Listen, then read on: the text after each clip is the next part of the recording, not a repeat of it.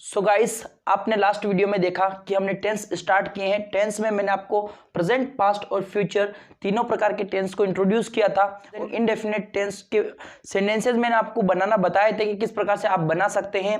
और इसके बाद में अभी आपको इंट्रोड्यूस करने जा रहा हूं इन चारों टेंस में आप किस प्रकार से इन चारों तरीके के सेंटेंस को कैसे पहचानेंगे।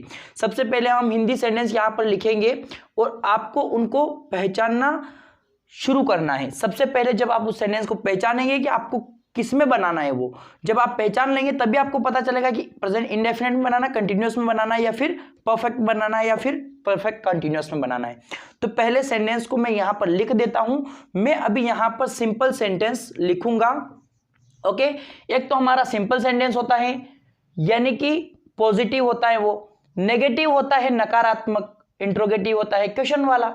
ओके, तो हम किसी से कुछ पूछते हैं या फिर मना करते हैं तो नेगेटिव हो जाता है, पूछते हैं तो प्रश्नवाचक बन जाता है, इंट्रोगेटिव बन जाता है। तो यहां पर ना हम किसी से पूछ रहे हैं और ना ही हम किसी से मना कर रहे हैं, यहां पर हम एक सिंपल सेंटेंस बताएंगे।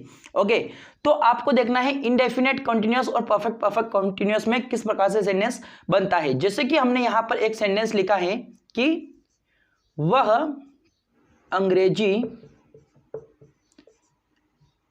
सीखता है। जैसा कि हमने यहां पर लिखा है एक सेंटेंस, वह अंग्रेजी सीखता है। ये हमने बनाए हैं प्रेजेंट इंडेफिनेट का।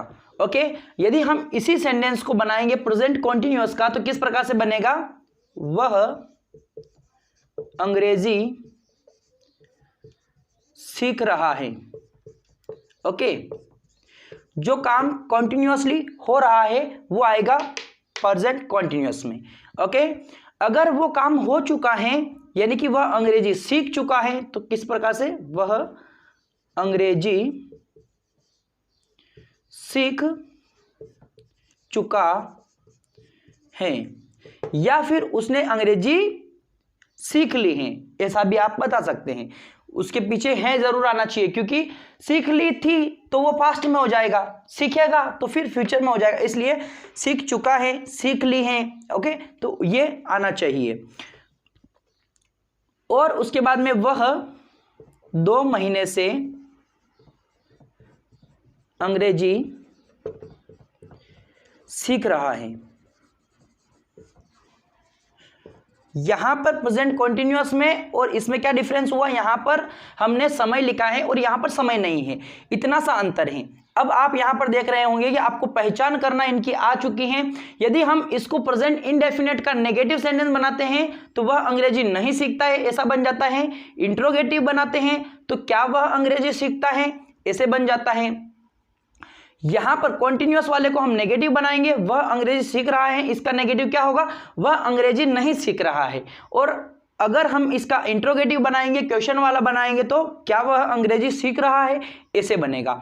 उसके बाद में वह अंग्रेजी सीख चुका है तो क्या वह अंग्रेजी सीख चुका है, ये इंट्रोगेटिव बन जाएगा, वह अंग्रेजी नहीं सीखा है। ओके, या फिर उसने अंग्रेजी नहीं सीखी है तो वो भी प्रेजेंट परफेक्ट टेंस में बनेगा। ओके, उसके बाद में आते हैं हम यहां पर कि वह 2 महीने से अंग्रेजी सीख रहा है, इसको नेगेटिव कैसे बनाएंगे हम, वह 2 महीने से अंग्रेजी नहीं सीख रहा है, वो नेगेटिव बन जाएगा क्योंकि उसमें नहीं आ जाता है। ओके, और क्या वह 2 महीने से अंग्रेजी सीख रहा है तो वो अपना इंट्रोगेटिव बन जाएगा। तो हमने इनको इंट्रोगेटिव बनाना सीख लिया है, नेगेटिव बनाना सीख लिया है, लेकिन हमने अभी तक यही पता किया कि हिंदी में कैसे बनेगा। अभी हम इनको ट्रांसलेट करेंगे इंग्लिश में, तो इंग्लिश में कैसे होगा वो मैं आपको अब बताता हूं।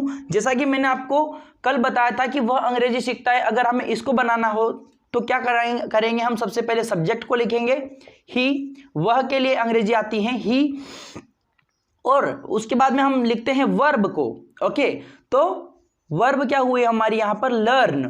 तो यहां पर जब हम देखेंगे तो ये हमारा सब्जेक्ट है, सब्जेक्ट यदि सिंगुलर रहेगा तो यहां पर हम एस लगाएंगे। ओके, ये इतना सा आपको ध्यान रखना है। तो ही लर्न्स, क्या सीखता है वो, अब हम लिखेंगे अपना ऑब्जेक्ट इंग्लिश। आई होप यहां तक आपको समझ में आ चुका होगा। वह अंग्रेजी सीख रहा है, इसके लिए आपको इज एम आर का कॉन्सेप्ट सीखना है। इज एम आर की इज किस में लगता है, एम ये जो कंटिन्यूअस है इसमें इज एम आर का यूज करके ही इसको बोला जाता है हेल्पिंग वर्ब, इसका यूज करके ही सेंटेंस को बनाते हैं। तो जब यहां पर हमारा सिंगुलर रहेगा सब्जेक्ट तो हम इज का यूज करेंगे, प्लूरल रहेगा तो आर का यूज करेंगे, और यदि आई होगा यहां पर मैं होगा तो हम एम का यूज करेंगे। ओके, तो यहां पर हमारा भी है वह अंग्रेजी सीख रहा है, तो सबसे पहले लिखेंगे हम ही, अब यूज करेंगे हम इज का, ही इज। अब जो हमारा लर्न है वो लिखेंगे हम, और उसके साथ में जब कंटिन्यूअस सेंटेंस होगा तो उसमें आईएनजी लगाना जरूरी होता है। ही इज लर्निंग, अब क्या सीख रहा है वो, ऑब्जेक्ट हमारा हुआ English, he is learning English. तो यहां तक आपको समझ में आ चुका होगा। ओके, वह अंग्रेजी सीख चुका है। गाइज ये होती है हमारी वर्ब, जैसे कि लर्न, लर्निंग, लर्न्स। ओके, तो यहां पर आप देख रहे होंगे कि यहां पर एस लगा है। ये हमारा जो है वर्ब में आपने सुना होगा कि फर्स्ट, सेकंड और थर्ड फॉर्म होती है, और इसमें फोर्थ फॉर्म भी होती है और फिफ्थ फॉर्म भी होती है। ये हमारी हुई आईएनजी वाली फोर्थ फॉर्म, और ये एस या ई एस लगेगा तो ये है फिफ्थ फॉर्म। ओके, जैसे कि लर्न हमने यहां पर फर्स्ट फॉर्म लिखी है। ओके, लर्न, और थर्ड फॉर्म भी यही होती है, लर्नड। ओके, यहां पर ईडी भी आप लगा सकते हैं और इसको बना सकते हैं। और उसके बाद में हमारी आती है चौथी फॉर्म, तो लर्निंग, ओके, और लर्न्स। इस प्रकार से हमारी पांचों फॉर्म हो जाती हैं। तो अब हम जो देखेंगे परफेक्ट टेंस में हमारी हमेशा थर्ड फॉर्म को यूज किया जाता है। तो सबसे पहले सब्जेक्ट ही, यहां पर परफेक्ट में आप देखेंगे हमने सब्जेक्ट लिखा, उसके बाद में हम हेल्पिंग वर्ब यहां पर पुट करेंगे, लेकिन यहां पर ये वाली हेल्पिंग वर्ब नहीं आएगी, इसलिए हम यहां पर अलग हेल्पिंग वर्ब लगाते हैं, हैज और हैव। इनका यूज होता है यहां पर, यदि कुछ काम हो चुका है, परफेक्ट है, तो वहां पर हैज और हैव का यूज होता है। तो ही, अब यहां पर सिंगुलर है तो हैज का यूज होगा, प्लूरल होगा तो हैव का यूज होगा। ही हैज, और हमारी वर्ब होती है यहां पर लर्न। अब और जो ऑब्जेक्ट है हमारा वो है English.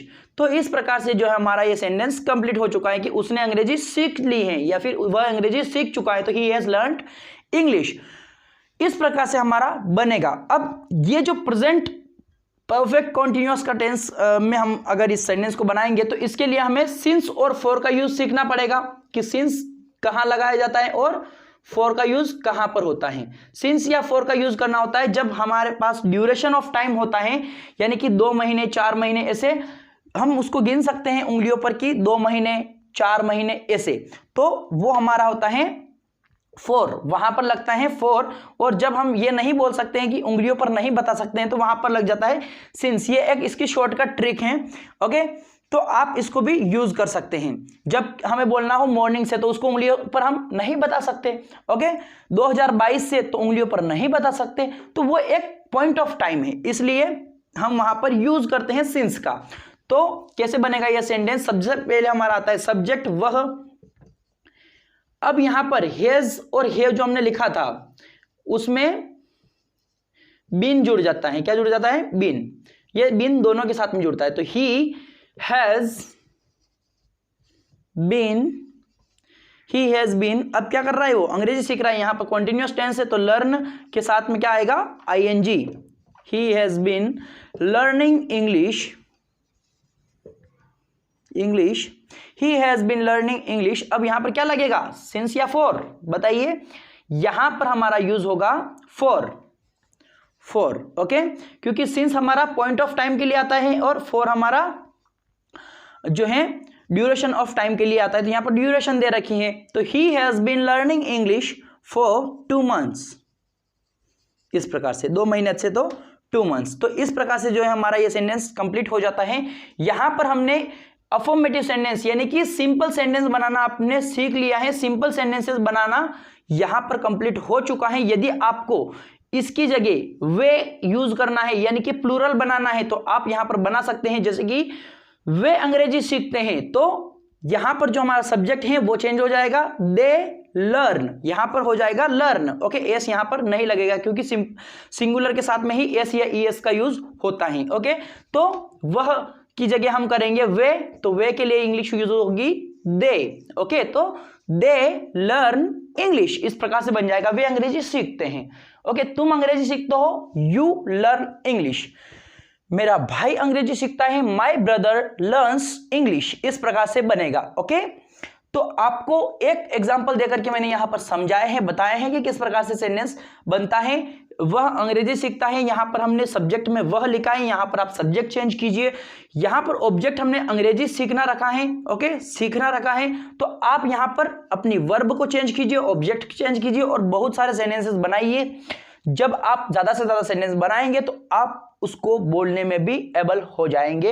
You will be able to speak after making the sentences, so you need to practise a lot and you need to make more and more sentences. So guys, without waiting, you have to start practicing right now. Take your copy and pen and just start practicing. So क्या करना है आपको, अभी अपनी copy और pen को उठाना है और जस्ट शुरुआत कर देनी है ऐसे सेंटेंसेस बनाने की। यदि आपको कुछ समझ में नहीं आता है तो आप कमेंट कर सकते हैं, मैं आपको उसका जवाब रिप्लाई जरूर दूंगा। So guys, see you in the next video. Till then, take care. Bye bye.